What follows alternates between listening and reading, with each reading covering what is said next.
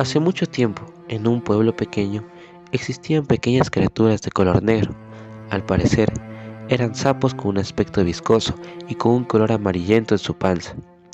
Cuenta la leyenda que estos sapos eran los guardianes mágicos de los ríos. Ellos se encargaban de cuidar y mantener limpia y cristalina el agua de los ríos, para que todos los ciudadanos ocupen de ella para el bien y no la desperdicien.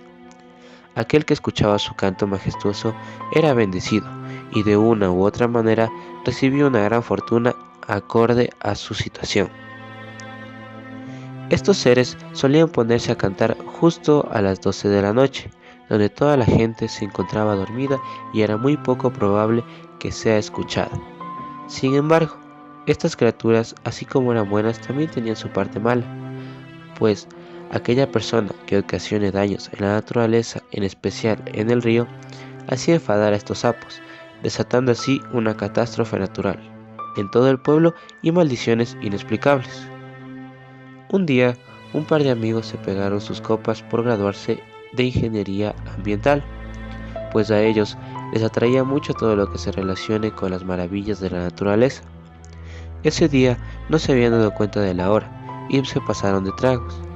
Así de ebrios decidieron ir a sus hogares, pero para eso tenían que pasar por el nombrado río de los Jambatos. Uno de ellos había escuchado los rumores que decían de aquel río. Su plan era que cuando ya se gradúe se va a enfocar a estudiar y descubrir si lo que se decía de ese río era real. No le tomaron mucha importancia y avanzaron hasta llegar al río. Uno de ellos se sentía súper mal, le dolía demasiado la cabeza y la barriga.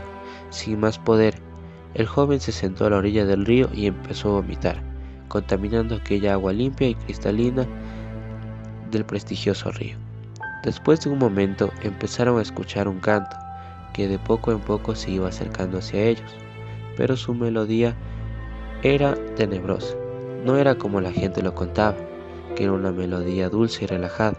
Esta transmitía miedo y escalofríos.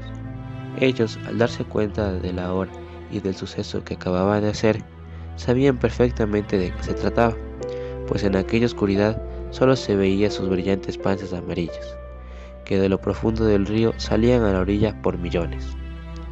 Fueron tan rápidos que no pudieron moverse a ningún lado.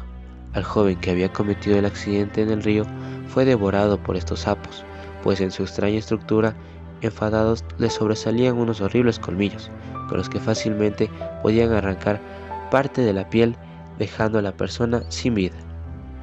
Al otro joven lo castigaron de por vida, pues al no cometer el incidente, pero por haber sido partícipe, estos lo dejaron con vida, pero lo condenaron a una vida miserable y pasando por muchos castigos.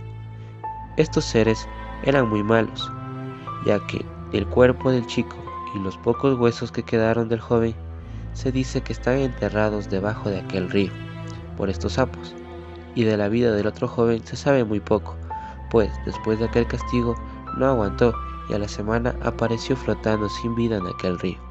Nadie sabe a dónde fue a parar ese cuerpo, pero lo que sí se sabe que al siguiente día todo ese río era contaminado y tenía un olor demasiado desagradable. En la orilla se podía ver un hueco profundo, donde se afirma que allí era la guarida de estos sapos. Con el pasar del tiempo, la población se esmeró en tener un mejor cuidado de toda la naturaleza, en especial del río. Lograron tranquilizar la furia de los sapos, dejando totalmente limpia el agua, como lo era desde un principio. Así, los sapos de Jambato se convirtieron en símbolos de respeto por la naturaleza y la importancia de conservar el equilibrio del ecosistema, dando nombre a ese pueblo como la ciudad de Ambato. Nadie sabe qué fue de lo que pasó con ellos. Los sapos, después del infortunado suceso, después de mucho tiempo empezaron a aparecer pequeños sapos, pero de color verde, donde varias personas han ido a estudiarlos de mejor manera y comprobar si en algún momento estos sapos existieron, cambiaron de forma o se extinguieron para siempre.